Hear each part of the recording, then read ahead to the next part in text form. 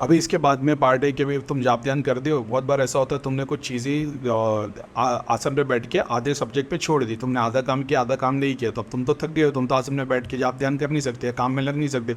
अब तुमको सोने जाना है या घर का खाना पकाना है या बाहर जाना है, तो वो तो तुमने आधा छोड़ा हुआ है, वो तो अपना काम, वो तो आधे पे रुकेगा नहीं, वो तो काम करते रहेगा, तो अपना जाप करते रहना।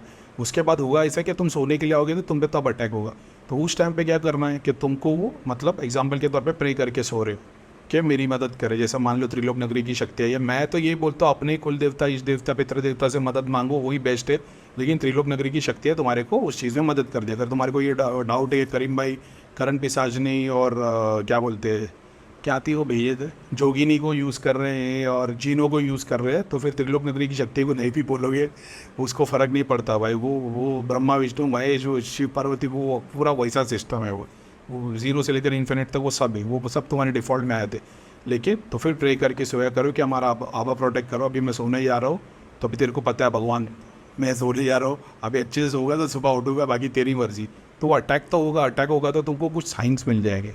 तो अगर एक तो तुम प्रोटेक्टेड रहोगे, दूसरा ये होता है इससे हर मुसलमान सोने से पहले आयतल कुर्सी पढ़ के सोएगा, फलक इखलास नास, तो वो बाय डिफ़ॉल्ट काम होता है। तो क्या अटैक नहीं होते? अटैक होते, मगर ये अटैक वो होते हैं जहाँ पे कुछ सीखना होता है। तो बहुत बार ऐसा होगा कि तुम सपने देखोगे तो फिर कुछ लोग हैं जो सपना, मैं मना करता हूँ कि सपनों में मत पढ़ो, अगर सपनों में पढ़ोगे तो फिर सपनों की दुनिया में रह जाओगे। तो मैं उससे बाहर निकलने की कोशिश करता हूँ। कुछ लोग हैं जो इस पे एनर्जी हीलिंग पे काम करते हैं, उनको सपनों में चीज़ें दिखती है और जैसे सो के उठते हैं उसी सेकंड में 10 सेकंड या 1 मिनट में पूरा पूरा चैप्टर दिख जाता है, प्लान आ जाता है, सब कुछ हो जाता है। मेरे साथ भी हुआ है। तो वो दोनों चीज़ें, लेकिन मैं ये बोलता हूँ कि इस पर फोकस ना करो, लेकिन ये भी एक पार्ट है। तो बहुत सारे केसेस में तुम्हारे को चीज़ें दिख जाएगी कि भाई वो उनके करीब में मैंने देखा, मेरे चाचा के घर के पास सोने का बैल बैठा हुआ था। कुल देवता शुरुआत के लिए गणों में से जो चीज़ें हैं वो गाय और बैल के रूप में दिखाई देते। तो इस चीज़ की तुमको नॉलेज होनी चाहिए। तो इसके नोट्स बनाते, बहुत सारे लोग सो के सुबह उठते हैं सपने में क्या देखा उसके नोट्स बनाते हैं। अब वो 1 दिन 2 दिन 2 दिन 3 1 महीना 2 महीने जब करते हैं ना, उनको एक पैटर्न नज़र आता है उसमें।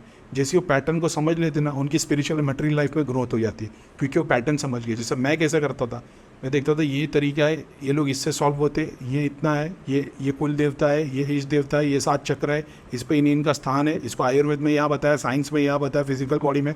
तो मैंने वो पैटर्न समझने की कोशिश की। उसी तरीके से गहरे, इसको बोलते गहरे ध्यान में जाना, वो एक सब्जेक्ट को लेके उसी तरीके से गहरे ध्यान में जाओगे तो वो सपने से भी चीज़ों को मैनिफेस्ट करके देख सकते हो, कमांड ले सकते हो, शक्ति क्या बताना चाहती है वो समझ सकते हो, दुनिया की हेल्प कर सकते हो, वगैरह वगैरह।